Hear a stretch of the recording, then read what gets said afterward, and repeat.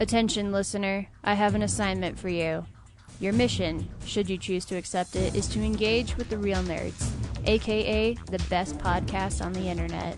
You can listen to their episodes on their website, realnerdspodcast.com. And you can also listen to them on Spotify, iHeartRadio, Stitcher, and iTunes. Follow their social media pages on Facebook, Twitter, and Instagram. This message will self-destruct never. Camera, action! Well, a real nerd knows who shot, and a real nerd can follow the plot, and a real nerd Just can... talk film! I'm sorry. Take it outside. Well, a real nerd knows who shot, and a real nerd can follow the plot, and a real nerd will give it all they got. Lights, camera, action! Real nerds! This is Real Nerds Podcast, unofficially the official podcast of all your movie needs. I am Ryan, and I am joined by the OG, Brad. Brad in the house. And that's it, Brad. It's just you and I, the Just originals. us. Yeah. Everybody's asking me when the originals. We're like the multiverse that people wanted to see. We're like, Spider-Man from 2002. Totally. And everyone says, man, we wish it was just those guys again. And, they might have hated our third movie, but now it has this like soft spot in people's hearts. And, that's who we are now. That's a really good comparison. Yeah. I like being in the Blade X-Men era, although it is Singer, but yeah. Yeah. Well, we just ignore him. Yeah. It doesn't diminish the work that all the other people did on that film. Yeah. It's like when you see a movie with Kevin Spacey and you go, man, that guy's a great actor. Too bad in real life he's a fucking piece of shit. So, what do you do? Yeah. Every week on Real Nerds Podcast, we see a new movie and podcast our experience to the world.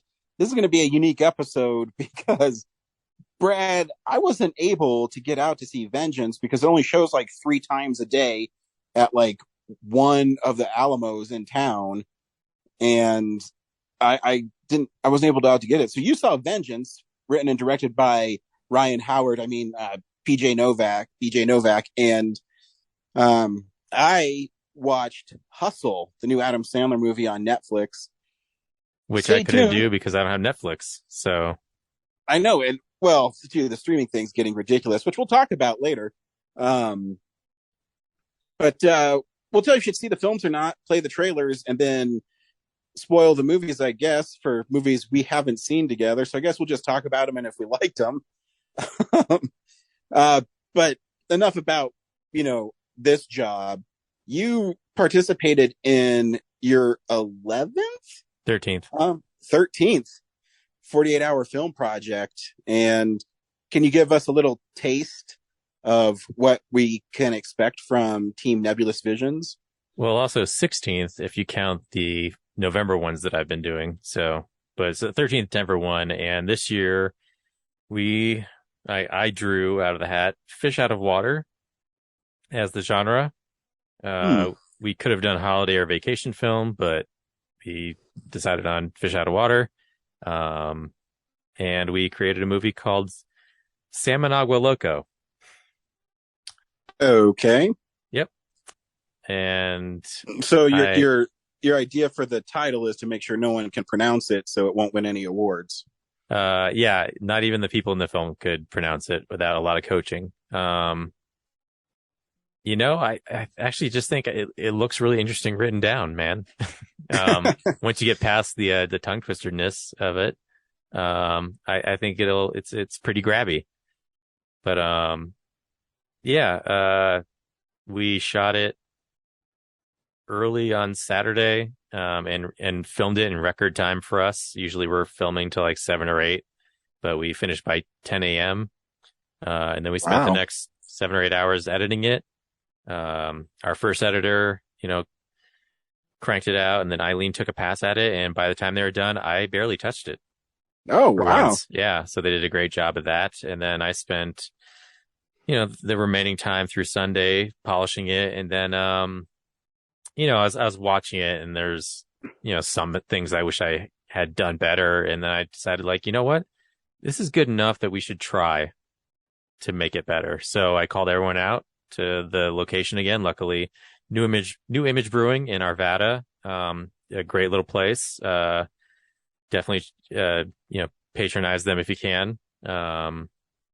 They opened up their doors second time. Totally cool bunch of people, and we got our pickup shots that Oh, wow. just greatly improved everything we did. Because I shot very minimalist. I went into this weekend being like, let's do the bare minimum. We're all tired. Let's just get a movie done. And then after watching what we had, I was like, we could do better. And so the initial shots were just kind of like three people in the same angle, like floating handheld shots. And then it kind of looked repetitive when you watched it, and it was a little boring. So luckily the second time we were able to go in and get some different stuff, So different focal you lengths. basically Kevin Feige'd it, where you assembled it, it's ready to go, you watched it, and you're like, no, we need to add something to this. Yeah, I Marvel Studios did it. Marvel Studios did, and yeah, and then I tag teamed a bunch of different with tasks with Eileen. A lot of stuff that I usually keep to myself, I outsourced to her, and we did a lot of stuff remote still, despite being free to, be in the same room with everybody again in these. We just sent a lot of projects back and forth, and turned it in an hour early. So Nice. Nice. So yeah, and then we don't get to watch it until next month. So Wow. after we were done, I was so excited. We gathered the team and went up to like a apartment movie screening room and watched with everybody. But a month from now, actually 6 weeks. So it's a while before you get to share them with everybody. And then the best of is shockingly 2 weeks after that, which is, it's kind of backwards this year. So So without giving away the film, what's it about? I'd say it's I trying to remember the log line we entered, but it has something to do with like two people who were kind of different from everyone else try to make a connection, and it goes kind of weird. So the fish out of water, they're not supposed to be at this bar because they're very unique people, and I don't want this. The surprise is, I think once you watch it, you find it'll. I can't say it because it's so integral to the enjoyment of it. So people meet at a bar and they're fish out of water.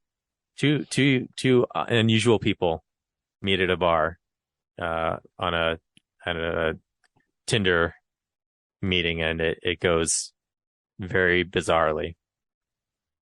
Perfect. And the name of it again is? Salmon Agua Loco. And I'll never remember that. How do you spell it? Salmon, like the fish. Mhm. Agua, like the Spanish water. And then Mhm. loco, like Spanish crazy. Oh, see, I see what you did there. Yeah. It's He's fish out of water. Crazy. crazy fish out of water. Exactly. It's the Nice. name. It's the name of the liquor in the movie. Very cool. The liquor at the bar. Liquor. I barely knew her. Heyo. Yeah. So yeah, thanks again to everyone on the team this year for indulging me for another 40-hour film. It means a lot that people will still take a weekend off to make these things with me. I ask you this every year. Is this the one that you're going to win best of with? Oh, of course, dude. Hell yeah. It's the one we tried the least hardest on, so that's not true. We tried pretty hard. Well, but the intent if you was haven't- not to. if you have enough talented people working on it, hey, that's all that matters. And even if it doesn't win, I think it's so much fun. This one that, I think it has to win at least audience choice. It is my perspective was skewed because I was so like brain dead by the end of Sunday, but everyone in the room when we watched it were just cracking up. So nice. Because they didn't get to see all the polish, I put on it. So they were like, wow, this went from this to that. That's amazing. So, and there's still stuff I didn't get to do, so there will be a director's cut with additional things that I didn't get time to finish that I wanted to. So it'll be even better. Hell yeah. Salmon Agua Loco. There we go. So this week. Oh. Looks like Zach is not here because he's recording a different podcast. So okay. Well, fuck him. But he hasn't seen the movie anyway, so yeah, fuck him. And the horse he rode in on. Do people still ride in horses? That'd be awesome. Yeah. I'm gonna put a hitching post in front of my house just because. Someone rides up next to your house like, hey, I heard you, on your podcast, you don't think anyone rides up to places anymore. No, so you got your hitching post ready. Just some random cowboy. That'd be awesome. He's even like straight out, like he's a time traveler. Like, heard you got a hitching post here. Yeah, I want him to have like a toothpick in his mouth too. And like, permanent 5 o'clock shadow. His hat's kind of pulled down. So you really can't see his eyes. So he's kind of mysterious, but in like a handsome way. You know what I mean? And then you're both like, okay, well, what now? Yeah. Yeah. I don't know. Just hitching. Just hitching. Frost brand, just hitching posts for luring cowboys to your house. Guys, I couldn't see the movie this week. Laura wanted me to build another hitching post out front. For some reason, it's attracting a lot of cowboys and some bandits. You don't see bandits around too much anymore. I mean, your profession has weeded them out, I think. Yeah, well, I mean, that style of bandit for sure. I want the handkerchief covering the nose and the mouth, wearing all black, So like little things in life. You're chilling in your squad car and you see some dude at the come and go with like a little bandana around his face and cowboy hat, and you're like, nice.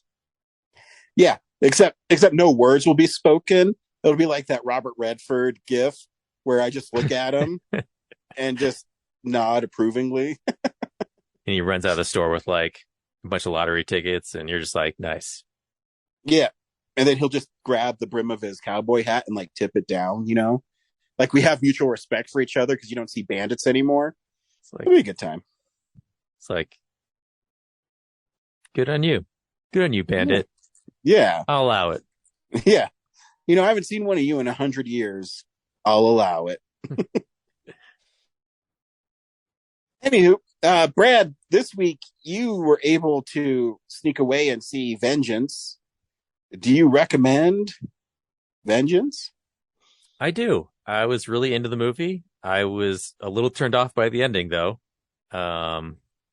It was so shockingly out of place for me that I questioned whether I liked the movie anymore. But it's definitely a very enjoyable watch. Dissecting the divide between rural and city is basically the plot behind this movie. Where I'll describe it after the trailer, but yeah, I enjoyed it, even though the ending was like, what? Cool. Here's the trailer for Vengeance. I have a story. Okay. I'm in West Texas, where this family just lost their daughter to an opiate overdose. Oh my God, I'm so sorry. It's okay, it's not someone I was close to. But you flew to Texas for it? Yes. It was a girl I hooked up with a few times. Her family thought that we were more serious than I did. I've heard so much about you. I've heard, yeah. Abilene just didn't die, she was murdered. What? And the two of us are going to avenge her death. So, as like a personal boundary, I don't avenge deaths. But here's what I can do. I'm gonna record everything that you think happened to Abilene. And we'll put it on a podcast, and we'll see where it leads. What evidence does he have that it was a murder? Nothing. And that's the story.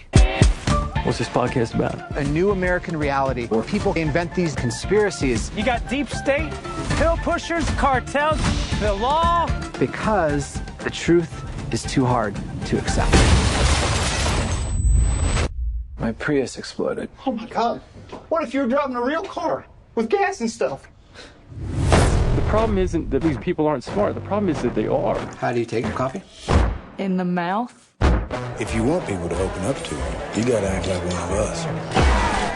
Who here is a diehard fan of the University of Texas? And who here is a fan of Texas Tech?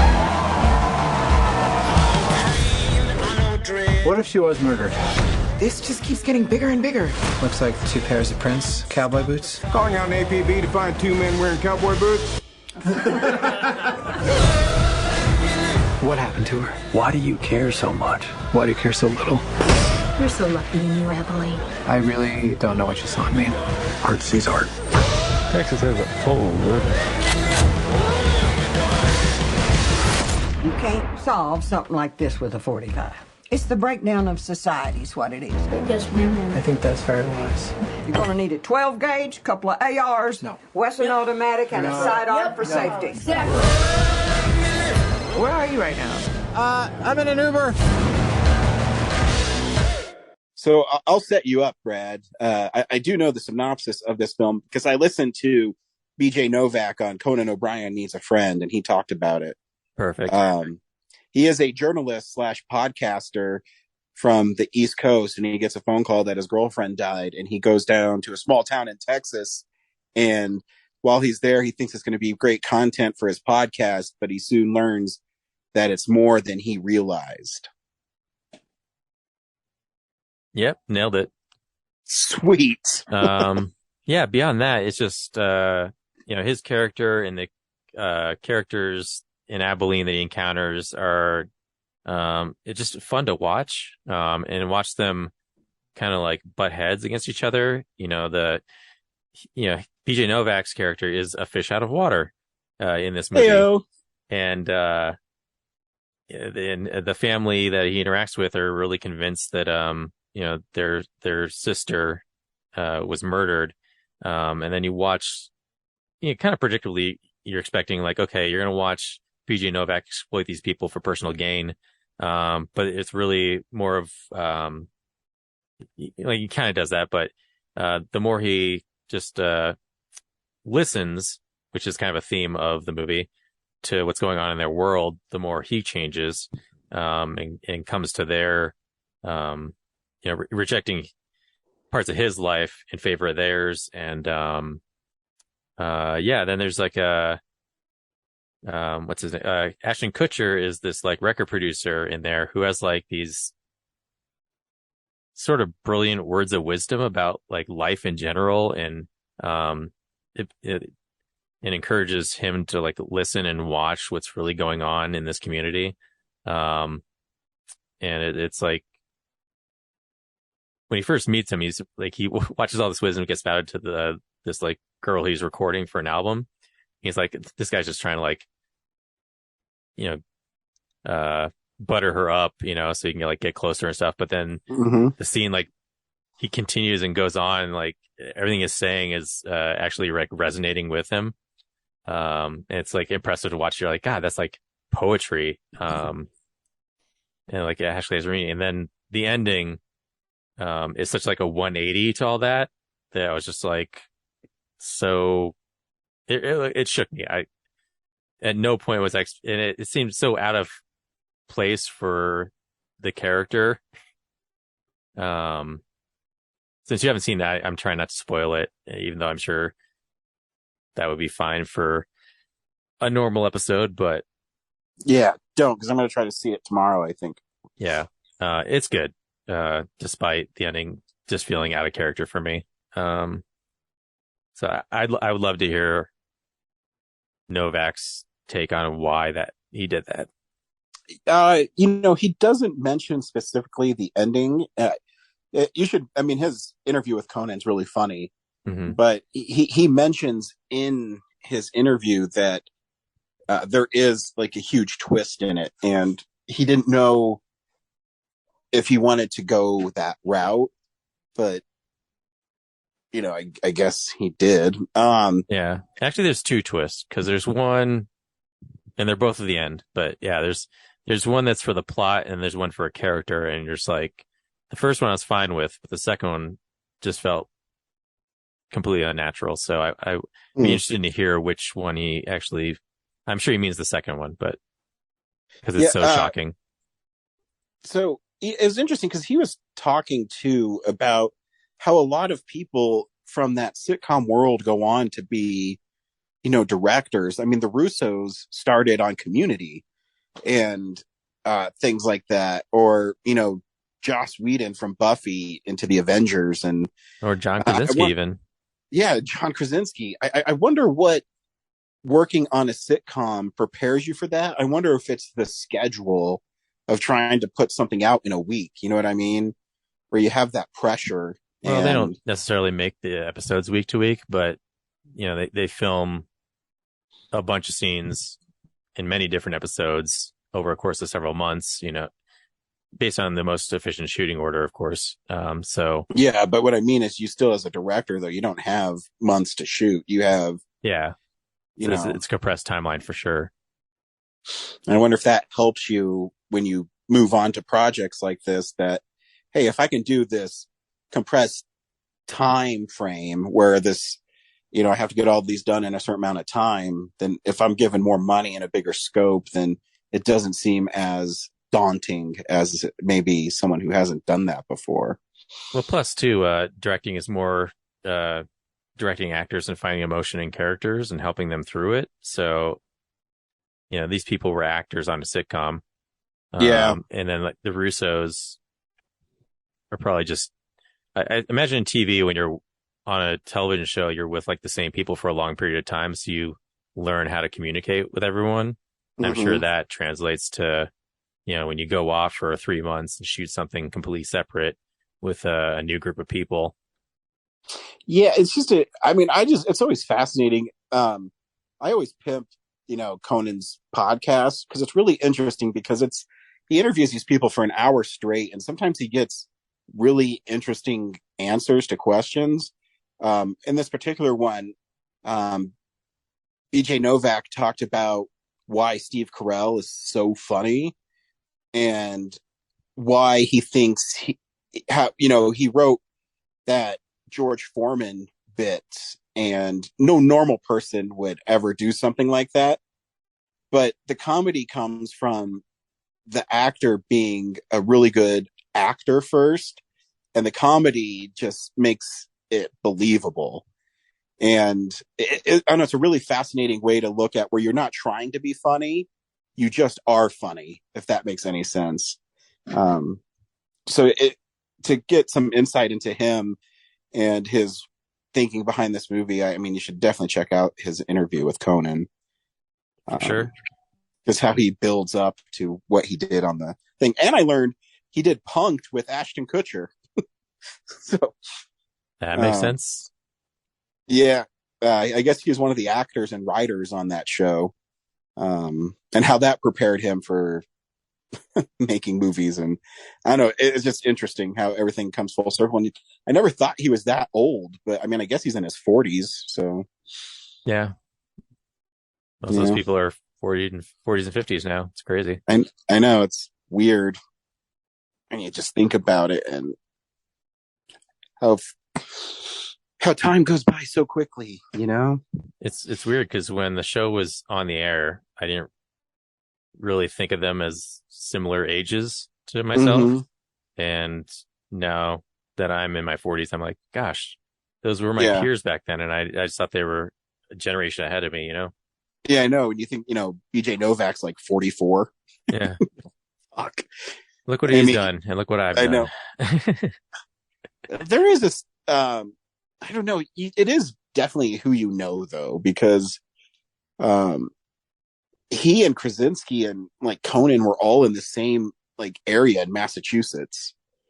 And then they all ended up going to Harvard and, writing for the Lampoon there. And Yeah, and a bunch of other people are from like St. Louis, like Jenna Fisher and James Gunn, and Yeah. I think Creed Bratton even. Yeah, it's a trip. So yeah, if I'd gone to LA when I was like 22, who knows where I'd be? Yeah. You won't be talking to me on a podcast, that's for sure. I'd be like, Ryan, who? I left that guy behind years ago. And I'd be like, please, sir. I'll be like the clone trooper in Obi-Wan. I'll just be like, forgotten about on the streets of some planet. And then you'll give me, a quarter or something. There you go, peasant. Yep. Whilst you're in your use it to watch my new movie.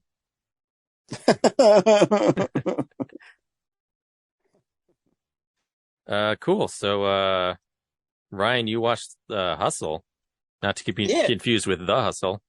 A few years back. How was Hustle with Adam Sandler? It's pretty good. That's what I heard. It's another film of his where he's not, there's a couple funny lines in it, but he's not being funny. You should definitely, if you have Netflix, you should definitely watch it. It's another layer that is Adam Sandler. Here's a trailer for Hustle. Taking me to see basketball or bare knuckle boxing? We do everything. I'm Stanley Sugarman. I'm a scout for the 76ers. So you're 22 years old because you can't be in the draft if you're over 22. Yes, I'm 22 years old. Who's this? It's my son. How old is he? He's 10 years old. Okay. This Philly thing. There's room to grow there. I want to coach someday. Do you love being away from home all the time? Best chance to win in here is with you out there. What the hell am I still chasing this for? So you're just gonna give up on your journey? Been in this league for 30 years and it's like I'm nothing.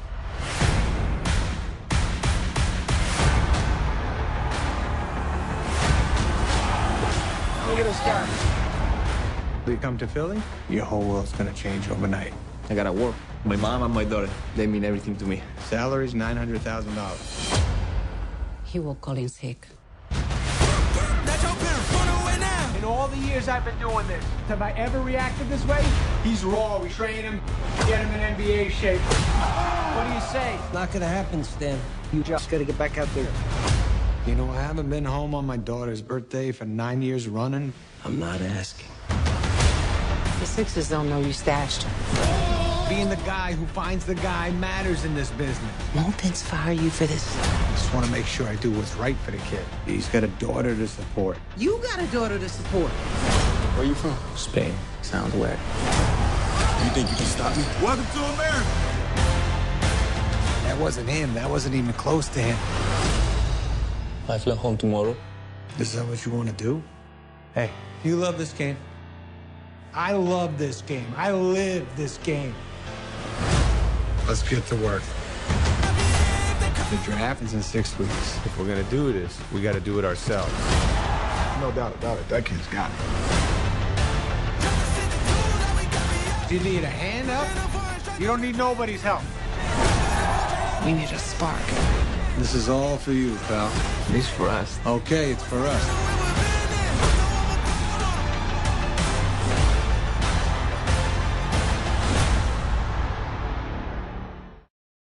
In Hustle, Adam Sandler plays a basketball scout named Stanley Sugarman who travels the world looking for the next great player.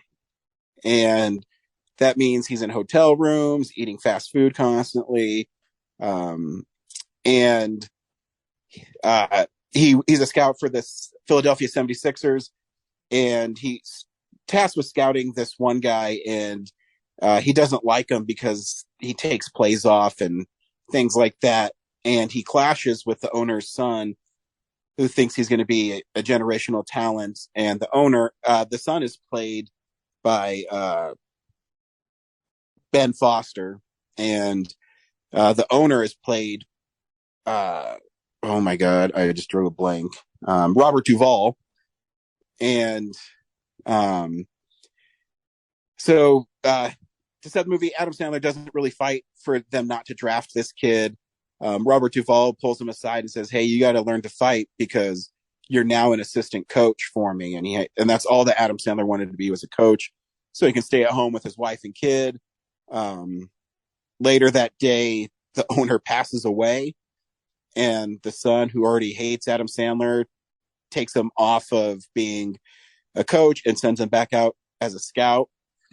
And while he's in Spain, he goes to an outdoor basketball game, and he finds this kid who is raw, but a really great basketball player. And he brings him back with him against the 76ers owner, who's now Ben Foster's character.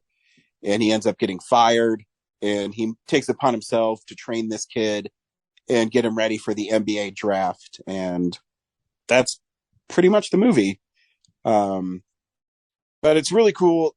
Adam Sandler is he's such a good actor, and it's just fascinating watching him, do this kind of film, and then his next film he'll be going,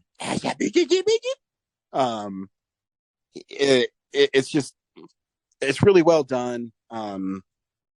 They have a bunch of real NBA players in it, and the kid who Adam Sandler helps is an NBA player, and he's surprisingly really great as an actor. And yeah, it's a really good story. It's obviously has a lot of cliches in it, but there's something about sports movies that you always kind of rally behind. You know what I mean? And it's, it has montages in it, and, and then there's some tragedy with Adam Sandler's character and why he's in the position he's in. So yeah, I think if you have Netflix, you should definitely stream it. It's one of the better movies I've seen on Netflix in a long time. So yeah, cool. If you're looking for a basketball movie, you want to see Adam Sandler stretch himself as an actor, definitely stream Hustle. Sports movies are easy to digest. Yeah, and you always kind of root for the people in sports movies. There's something about the redemption of them, whether it's Rocky or, even something as like The Longest Yard and stuff. You can always kind of rally behind them. You know what I mean? Mm-hmm.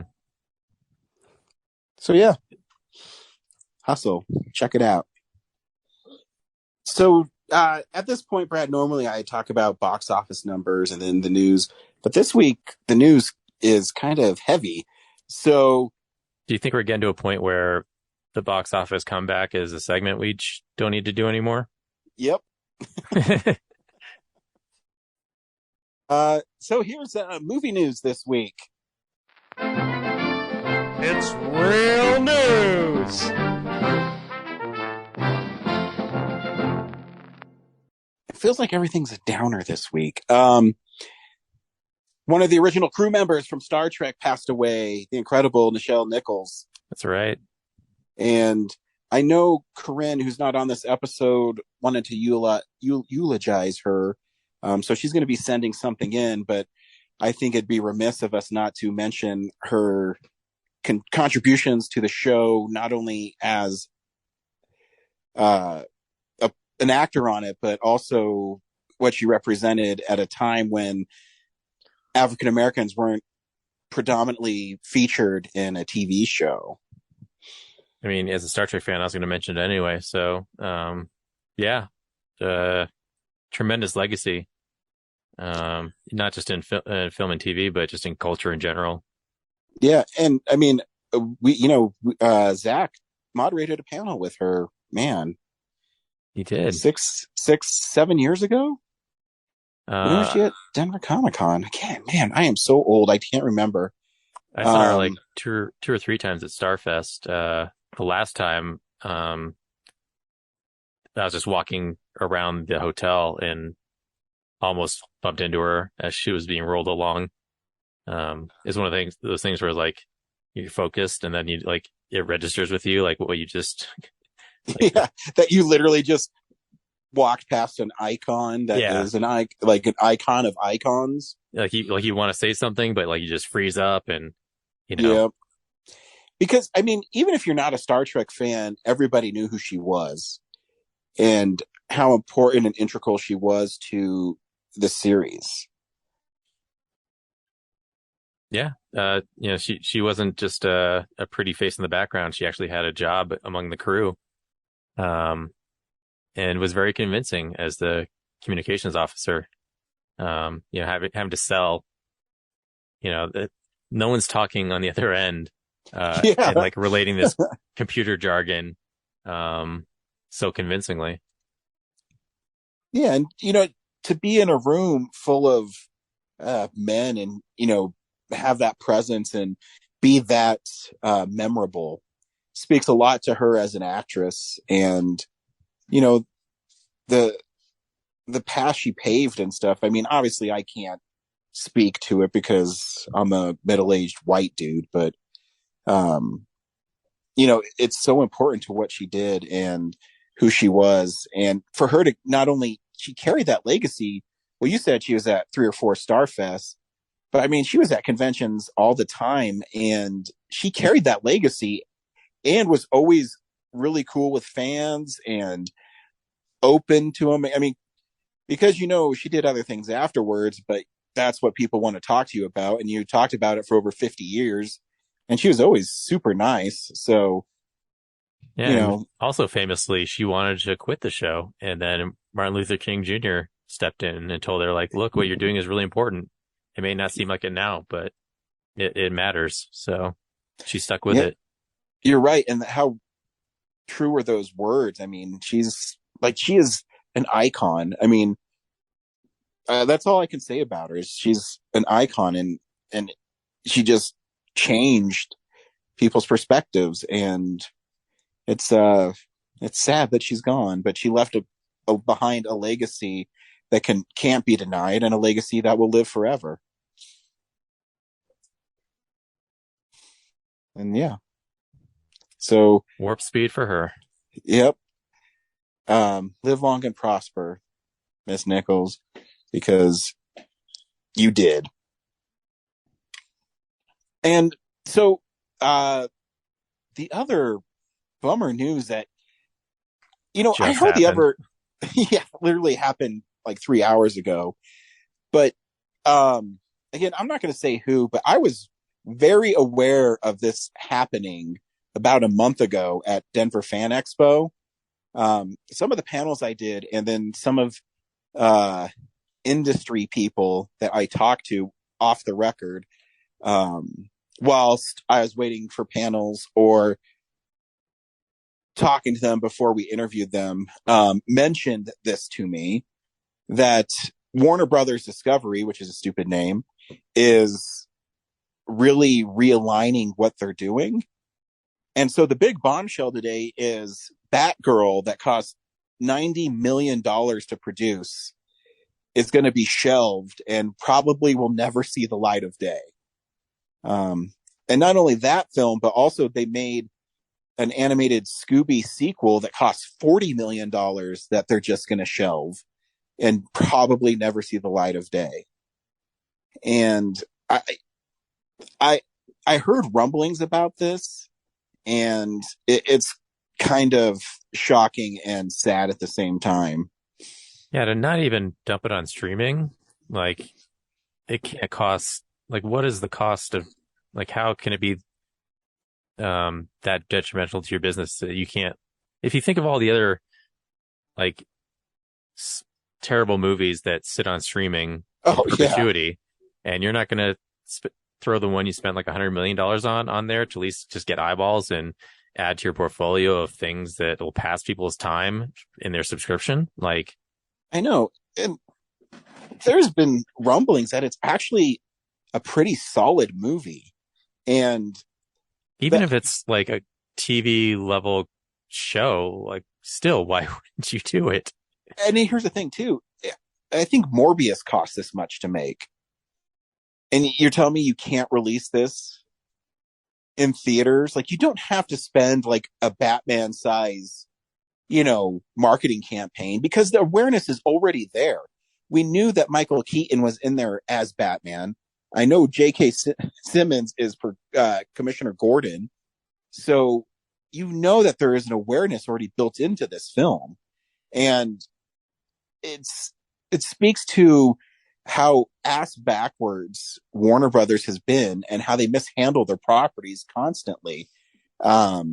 Whether it's, this thing with the Justice League that keeps on coming out that, we talked about a few weeks ago, how Zack Snyder hired firms to drum up business for his cut of the Justice League, but that report was done by Warner Brothers. So is Warner Brothers just trying to do a smear campaign?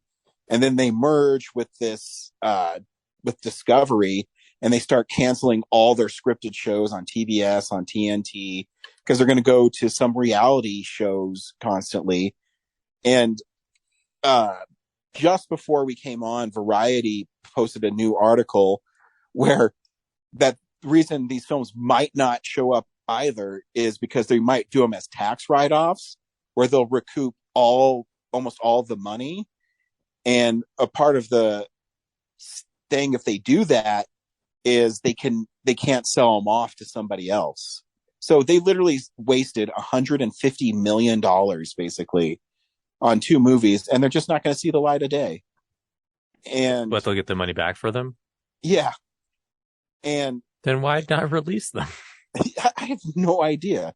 And they're screwed because they have this problem too with Ezra Miller with The Flash, which that movie was, $200 million. And he is, assaulting people, kidnapped kids, is being weird on social media. They're fucked. Like, I don't know what they're going to do. And, Ben Affleck is coming back as Batman. And I was reading, I don't know if it's Hollywood Reporter or Variety, that's because Michael Keaton got pissed. He was originally supposed to be Batman in Aquaman 2. And he got pissed about something. And then at the last ditch effort, they got Ben Affleck to do it. So, I have no idea what's going on at Warner Brothers. That's just sad. And insulting. Like, yeah, because those movies are practically done. Like, yeah. And think about all the people that worked on it. Yeah. If I was them, I would sue, because there has to be some back end on it. If it was streamed by a certain amount of times, they're going to make a certain amount of money off of it after the fact. You know what I mean? Yeah. That ends up not in your portfolio if you're, it'll probably be listed, but no one will get to see that work. Yeah. That, or why don't they just put it on Blu-ray? You know what I mean? Like, it costs way more to produce Blu-rays, I'm sure, especially for a movie that I think is, but like streaming, like the infrastructure is already there. It's a file. It is so bizarre what's going on there. And it makes more sense now. So Ed Boon, the creator of Mortal Kombat, for the past 10 years, it would go Injustice, Mortal Kombat, Injustice, Mortal Kombat. And they haven't made a game. Well, they're making one, but there's no details about it. It's been 3 years since Mortal Kombat 11 came out. And I think a big reason, and obviously he's not going to say it, is they can't do the DC one because they don't know what Warner Brothers is going to do. Warner Brother Games publishes Mortal Kombat, so they can't say anything about it, because I think they're actually probably looking for a new publisher. And as soon as they can announce who their new publisher is, they're going to announce their next game. Because if you see what this dude who's in charge now, what he's doing is he was pissed, and some of the artists were rightfully mad that their movies were going simultaneously on HBO Max and theaters. So they realigned everything, where they're scrapping all their, $50 million movies that were supposed to be on HBO Max. And now it's just going to be theater tentpole movies. So now it's just going to be stuff like Aquaman, and then, Flash. So maybe 5 or 6 movies a year. I don't know, man. I don't know. It's shocking that with all the TV shows and comics and merchandise is still not as profitable as a streaming reality show. Yeah, and I think well, this has always been my problem with streaming, and I mean, you can disagree if you'd like, but I mean, how do you even monetize streaming? It's all based on your subscriptions, and they do it by if you watch. So Netflix counts a rating as if you watch a show for 3 minutes. So if I turn on, I don't know, some bullshit, stupid ass thing they have on Netflix, and I watch 3 minutes, like, oh, this is stupid. But I watch it long enough for the algorithm to detect it as a watch. Well, now that's why I have all those, shows that I don't care about. And places like Netflix and HBO Max or whomever you're getting your streaming from, they're only going to last for one season because it's not new anymore. So cool. Well, here's your 13 episodes. Well, we're just going to produce new shows. So we always have something new, and it'll create more subscriptions, but it's blowing up in their faces. I knew streaming was going to run into some problems because they get greedy. I mean, my kid loves Netflix, but it's the most expensive streaming platform now. Can you believe that? Yeah. Feels like HBO should be, but it's not. Yeah, I think I got charged last month for Netflix, and I think with taxes, it was $18. And so it's basically $3 more than HBO. And on Disney, I get Disney Plus, Hulu, and ESPN Plus for $13. And a lot of that's because you have HD, which in this day and age, HD should be the minimum. Yeah, exactly. The tier. So like you can pay $8 and you get standard definition. And you're like, are you kidding me? It's 2022. Like we've had HD since 2007. Exactly. And they're going to start having ad supported tiers. It's like, so it's basically just TV. Yeah. And I don't know. I've always had a problem with streaming. That always annoyed me about cable is like you're paying a subscription for cable, but they still get to run commercials. Yeah. You're basically getting hammered twice, Yeah. Cause you have to watch you don't really, I really don't anymore. Cause I just DVR everything, but, yeah, it's a joke. As a Batgirl fan too, I'm heartbroken because I've wanted to see her on the big screen for a long time, besides being shoehorned in Batman and Robin. Yeah, and it was at the finish line. That's even worse. Like, yeah, I think they've been done since March. So yeah, I think it was supposed to come out in October-ish. So to not even put it on a platform to watch, they're just like, yeah, just throw all that footage in the vault. Who knows? Maybe they'll just delete the hard drives too. Yeah, fuck. And it's because that costs money to store, right? Yeah. I mean, they're getting tons of bad press for I wouldn't be surprised the next day or so they might reverse what they're doing. Because it's like, really, you couldn't put like a $20 million ad campaign and put it in theaters and at least recoup some of your money? I think it was what, 90 million? They could have got to 90 million and broken even. Yeah. Here's the thing. Do they honestly think it'll be worse than Morbius? Yeah. You know what I mean?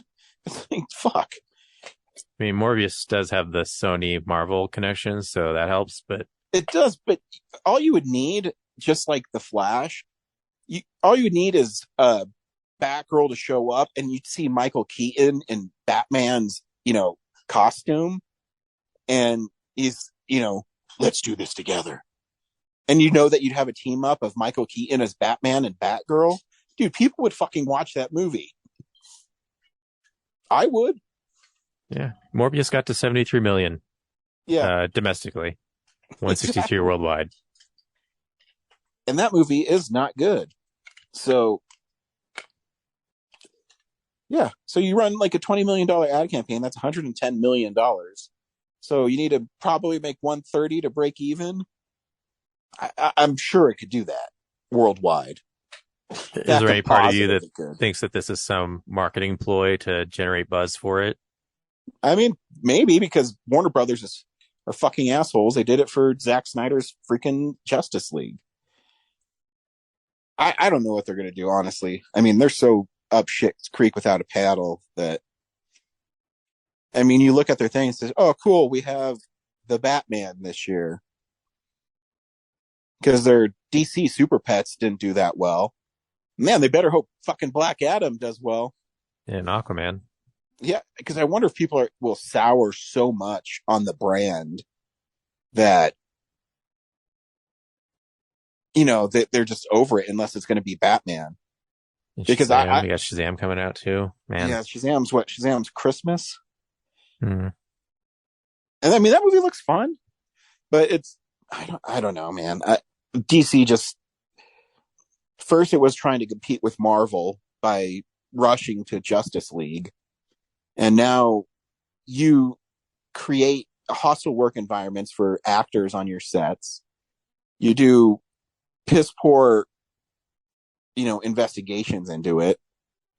And everything they do just looks bad. And this used to be one of the, you know, most proud film studios in ever. So I don't know what they're going to do. It's just a fucking nightmare there. Just imagine like I could totally see Discovery going through and like dissolving the park. Oh, like, yeah. Just eradicating all that movie history. Yeah. And I mean, again, I was told by people in the know that there's a chance they're going to sell their characters, like get rid of Batman and Superman. So, and there's a scuttlebutt that like Marvel is interested in buying. Which so would be interesting because you could actually do a Marvel DC crossover movie, which would make $1 billion, but also like who else is left? Like Universal could buy them, and who else? Yeah. Who else can afford Universal and Paramount? I mean, Paramount and Amazon, maybe. Yeah, but then then are they going to stop publishing comics? Because are they only buying them because they want to make a Batman movie and they don't give a shit about the comics? I mean, I don't think there's a ton of merchandise attached to those properties. So yeah, like, I mean, I don't think it'll happen because the comic books are a way for them to get into it. But you know, I'm just saying it's interesting for characters and a brand that makes them billions and billions of dollars a year that they treat it so poorly. Can they just make their own DC studios? Like I mean, I guess you could. You just that's what Marvel did. Yeah, I mean, Marvel they attached to Paramount first, and then they broke off. And I mean, I guess eventually you could. I mean, I would. They need someone in charge who they need a Kevin Feige like in charge. Bad. Mm-hmm. But yeah, I don't know.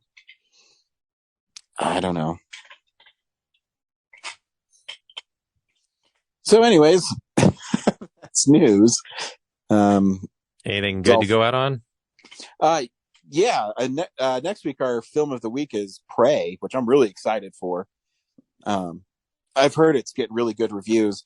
And I read an interview with the director, Dan Trachtenberg, and he said that the reason this is on Hulu and not in theaters is because Fox wants to see if there's it's like a test movie, if there's room for blockbusters at home.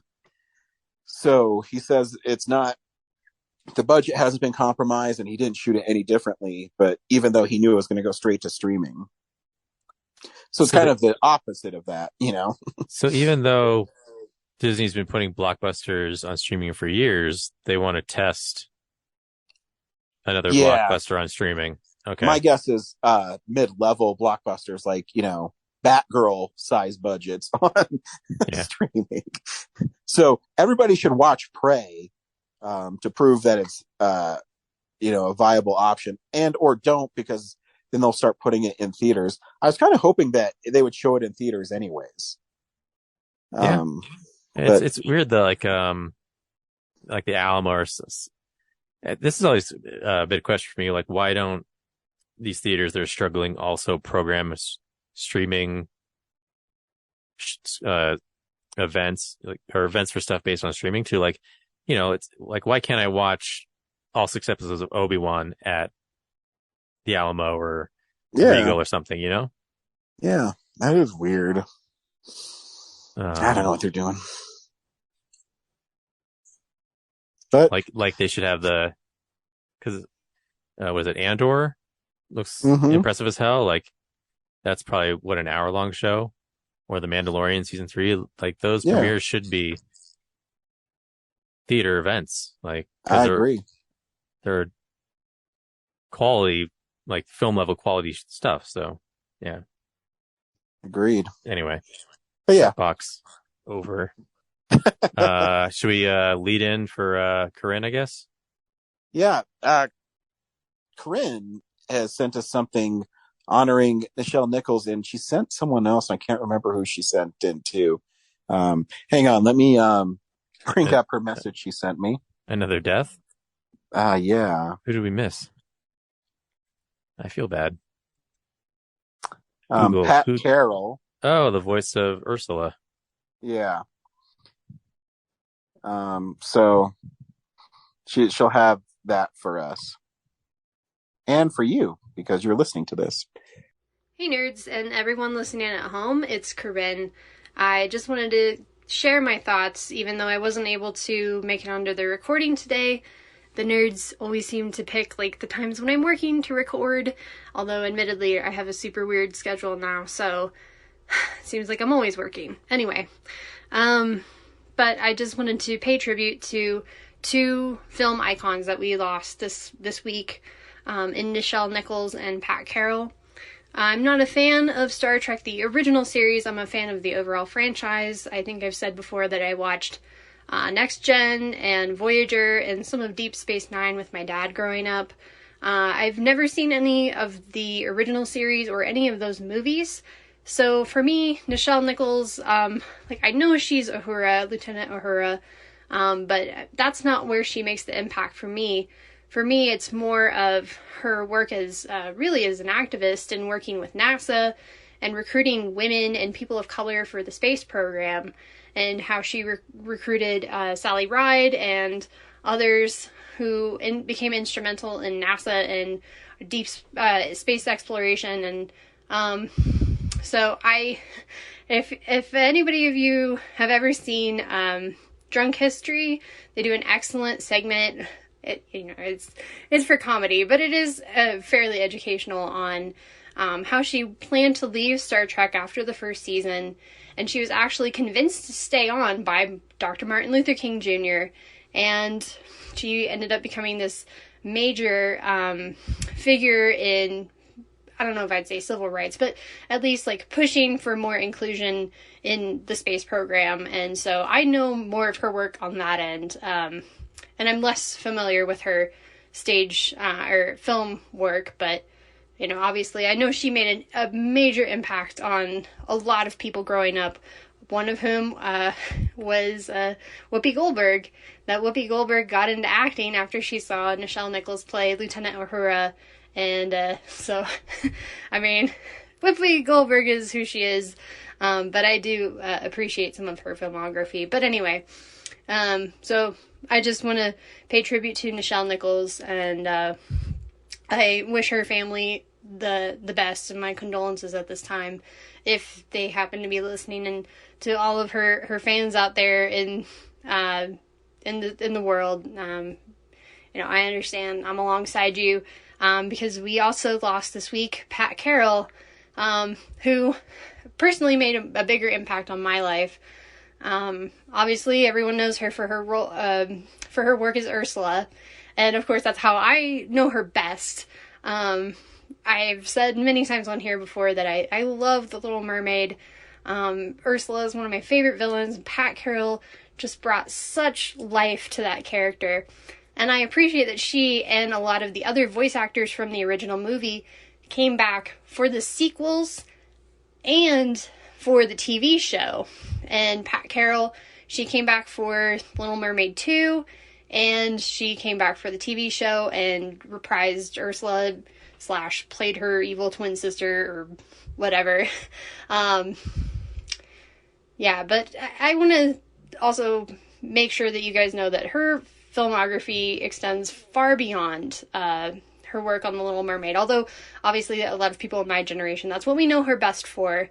But I also, I just loved her performance on Garfield Christmas special, where she plays the grandma, who is such a character.